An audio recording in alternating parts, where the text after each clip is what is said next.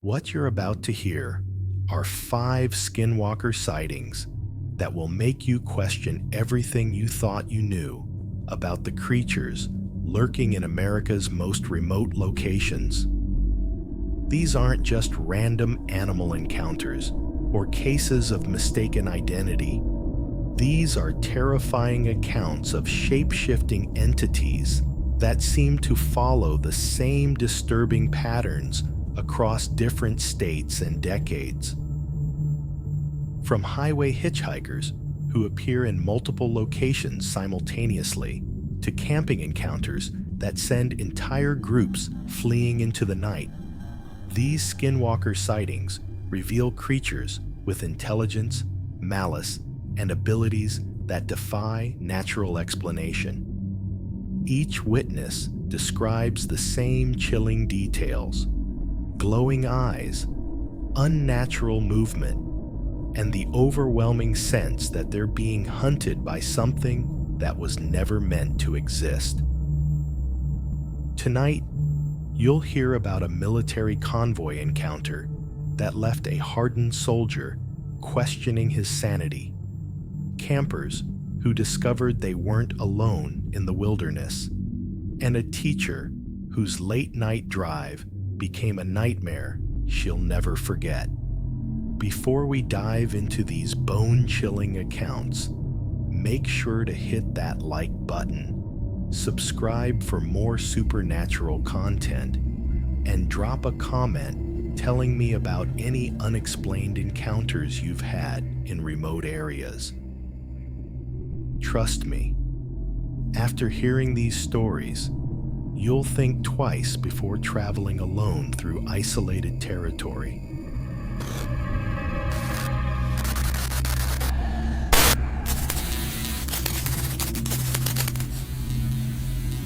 Story 1: The Highway Shapeshifter.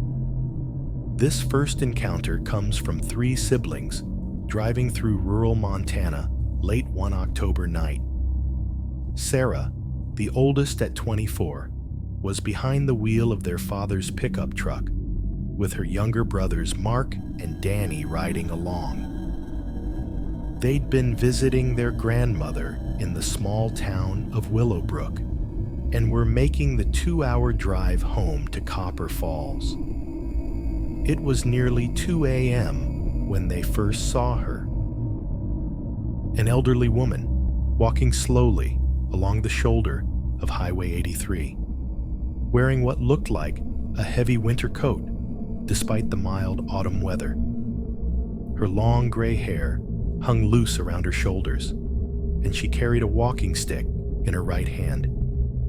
Sarah slowed down, concerned about why someone would be walking alone on such a remote stretch of road in the middle of the night.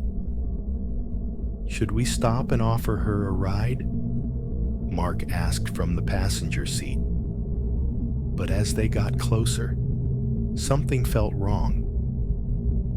The woman never turned to look at their approaching headlights, never acknowledged their presence at all. She just continued walking at the same steady pace, her head facing straight ahead. They passed her and continued down the highway. But 15 minutes later, Danny spotted something that made his blood run cold. "Guys," he whispered from the back seat, "look ahead." There, walking along the exact same stretch of highway they were approaching, was the identical elderly woman. Same coat, same walking stick, same long gray hair. Sarah felt her hands tighten on the steering wheel. "That's impossible. We just passed her 20 miles back." But there was no denying what they were seeing. As they drew near, their truck's engine began to sputter and miss. The radio, which had been playing classic rock, suddenly cut to static. This time, as they approached, the woman stopped walking. She turned toward their vehicle, and in the glow of the headlights, they could see her face clearly for the first time. Her skin was painted completely black, like charcoal, and her eyes reflected the light like an animal's. She raised her walking stick and pointed it directly at their truck. The engine died completely. They coasted to a stop just 50 feet from where she stood. For nearly 30 seconds, none of them dared to breathe. Then, without warning, the woman turned and walked directly into the dense forest beside the road, disappearing between the trees as if she'd never been there at all. Story 2: The Camping Terror. Jake Patterson and Lisa Clark had been looking forward to their camping trip to Pine Ridge National Forest for months. They'd found what seemed like the perfect spot, a secluded clearing about 2 miles from the main campground, surrounded by towering pines and far enough from other campers to enjoy some real solitude. They'd set up their tent just as the sun was setting, cooked dinner over their portable camp stove, and were sitting by their small campfire, enjoying the peaceful sounds of the forest. Lisa was reading aloud from a book of ghost stories, her voice carrying softly in the still night air, when Jake held up his hand for silence. "Did you hear that?" he whispered. They both strained to listen, and after a few seconds, they heard it again. Distinct footsteps, slow and deliberate, circling their campsite just beyond the reach of their firelight. The steps had an odd rhythm to them, not quite matching the pace of a normal human walk. Jake grabbed his flashlight and swept the beam toward the sound, but the light revealed nothing except dark tree trunks and undergrowth. "Hello?" he called out. "Is someone there?" The footsteps stopped immediately, but the silence that followed felt heavy and threatening rather than reassuring. They sat frozen for several minutes, listening intently. Just as they were beginning to relax, thinking maybe it had been a deer or elk, the footsteps resumed. This time, they were closer, moving in a tight circle around their tent. Lisa grabbed Jake's arm, her fingernails digging into his skin. "That's not an animal," she breathed. "Animals don't walk like that." The footsteps continued for nearly 10 minutes, sometimes stopping directly behind their tent, sometimes moving so close they could hear branches snapping under whatever was making the sounds. Then, without warning, a gunshot echoed through the forest, followed immediately by shouting voices from the direction of the main campground. "Get in the car! Get in the car right now!" someone yelled in the distance. They could hear vehicle doors slamming and engines starting. Within minutes, they saw headlights moving through the trees as other campers fled the area. Jake and Lisa didn't need any more convincing. They threw their gear into their car as quickly as possible and drove away, leaving their tent and most of their supplies behind. Whatever was stalking campers in Pine Ridge that night, they had no intention of finding out what it wanted. Story 3: The Military Encounter. Staff Sergeant Derek Mason had been driving for 6 hours straight, transporting classified equipment from Fort Carson in Colorado to a secure facility in Nevada. It was a routine assignment, the kind of long-haul drive that every soldier draws eventually, but Derek didn't mind. The solitude gave him time to think. and the desert highways were usually empty enough that he could make good time. It was just past 3 a.m. when he reached the lonely stretch of Route 160 that cuts through the heart of the Mojave Desert. The road was completely deserted, nothing but scrubland and distant mountains visible in his headlights. His radio was tuned to an all-night talk show, the host discussing conspiracy theories and unexplained phenomena with callers from around the country.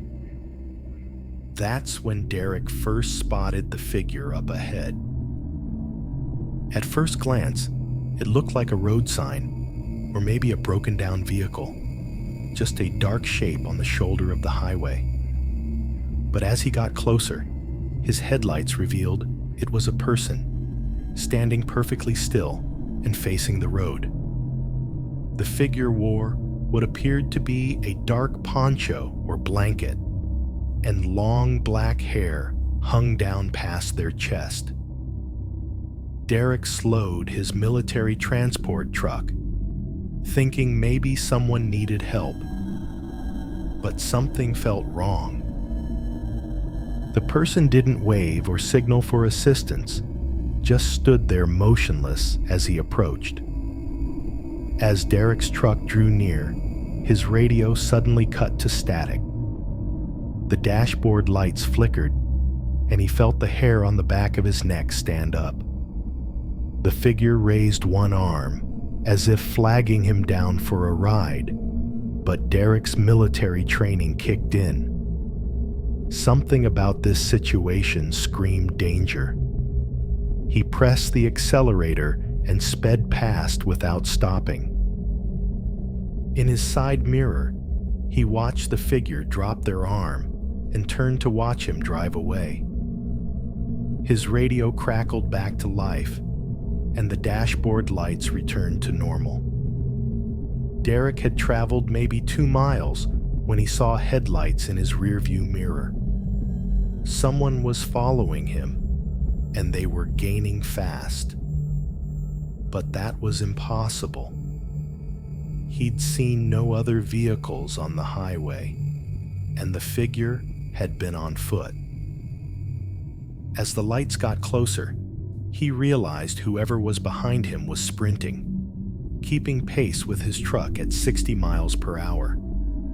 He floored the accelerator, pushing the heavy transport to 75, then 80 miles per hour. The lights stayed with him, matching his speed exactly. When Derek glanced in his mirror again, what he saw made his blood freeze. The shape pursuing him was no longer running on 2 legs. It moved like an animal, bounding along the asphalt on all 4s, but it was too large to be any natural creature. Derek pushed his truck to its limit, but the thing kept pace effortlessly. Only when he reached the outskirts of the next town, where streetlights began to appear, did his pursuer finally fall back and disappear into the desert darkness. Derek never reported the incident officially, but he told his unit about it the next day. One of his fellow soldiers, a man with Native American heritage, just nodded grimly and told him he'd encountered something that should never be spoken about directly. Story 4: The Forest Whispers. Michael and Ashley Rodriguez had chosen Blackwood National Forest for their anniversary camping trip, specifically because of its reputation for solitude. They'd hiked 3 miles from the nearest parking area to find the perfect spot. A small clearing surrounded by ancient pines where they could spend 2 nights completely disconnected from civilization. Their first day had been perfect. They'd hiked to a nearby waterfall, cooked steaks over their campfire, and watched the stars appear one by one as darkness settled over the forest. But their second night would be very different. They were sitting by their fire around 11 p.m., sharing a bottle of wine and planning the next day's hike when Ashley first heard it. A soft voice, barely audible above the crackling of burning wood. At first, she thought it might be another camper, somewhere in the distance. But as she listened more carefully, she realized the voice was much closer. "Do you hear that?" she whispered to Michael. He paused his story about work and tilted his head to listen. There it was again.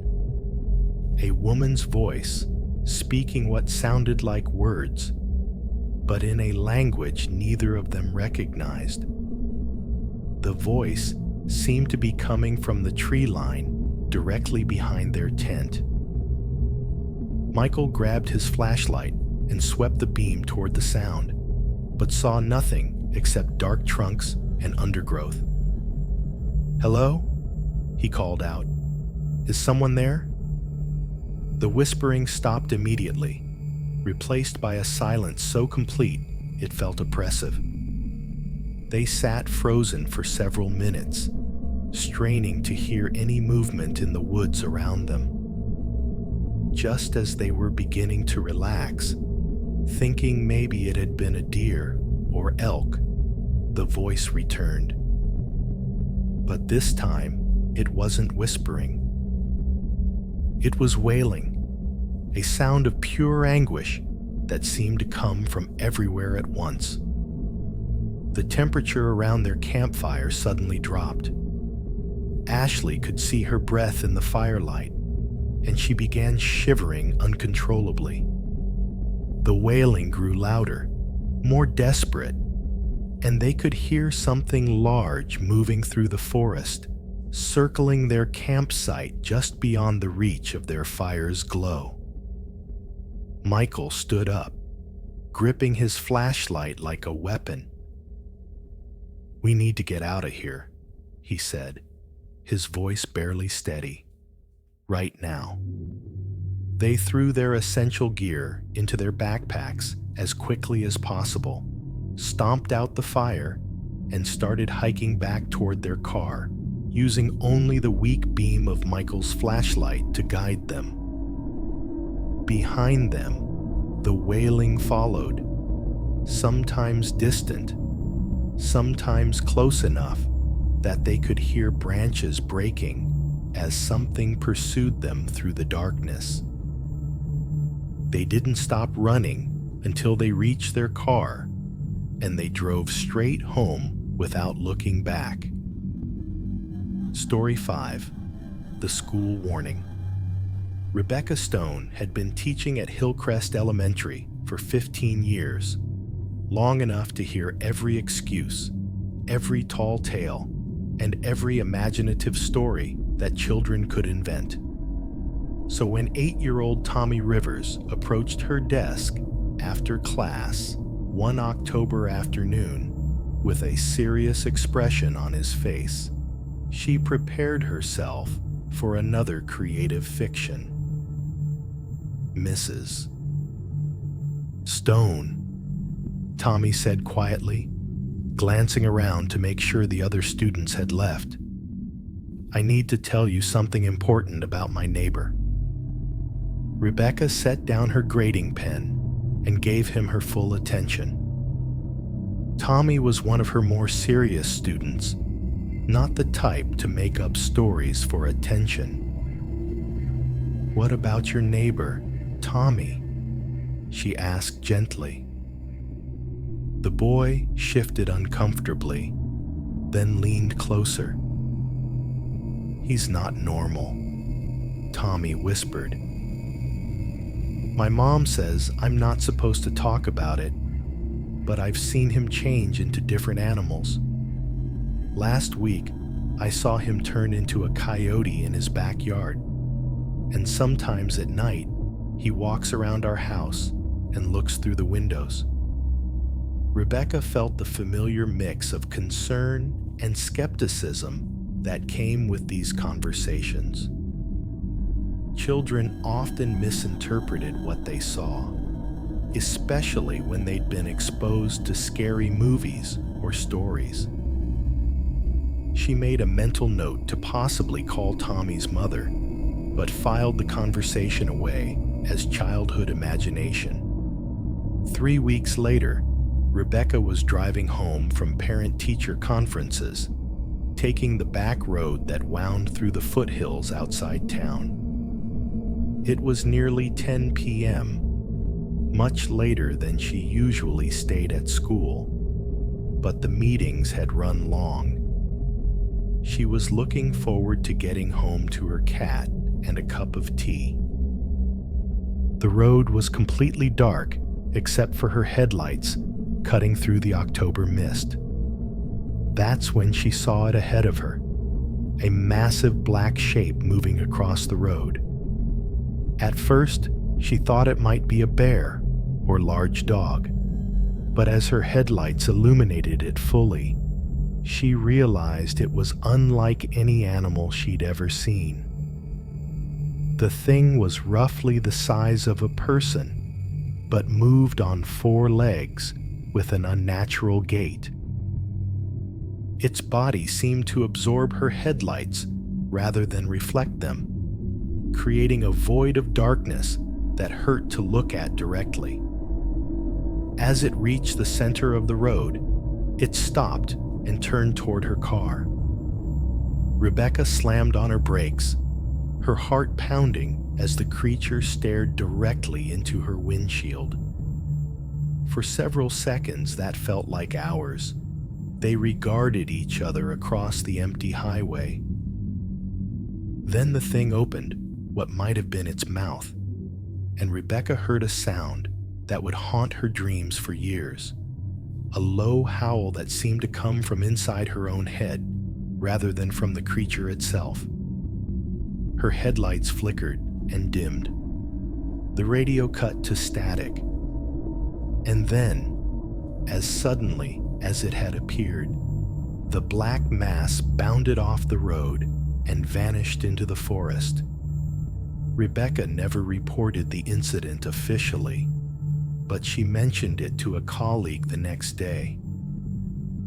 Her friend, who had grown up in the area, just shook her head and warned Rebecca to never drive that road alone at night again. 5 encounters, 5 witnesses, 5 terrifying reminders that some things in this world operate beyond our understanding. The highway shapeshifter that appears in multiple locations simultaneously. The camping stalker that drives entire groups to flee into the night. The military pursuit that defies the laws of physics. The forest entity that whispers in unknown languages. The school warning that becomes a teacher's nightmare. Each of these Skinwalker sightings shares the same disturbing elements. Creatures that move with unnatural speed and intelligence. Encounters that leave witnesses questioning their own sanity.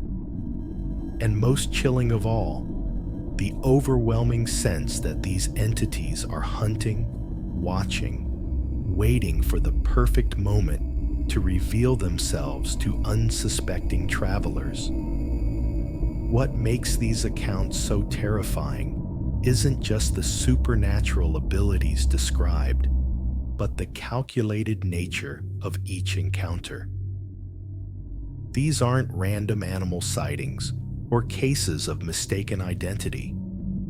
These are deliberate interactions with beings that seem to understand human behavior and use that knowledge to instill maximum fear. The next time you find yourself driving alone on a remote highway, camping in an isolated forest, or walking through areas where cell phone signals fade to nothing, remember these stories. The darkness might be hiding more than you think, and some encounters leave questions that science can never answer.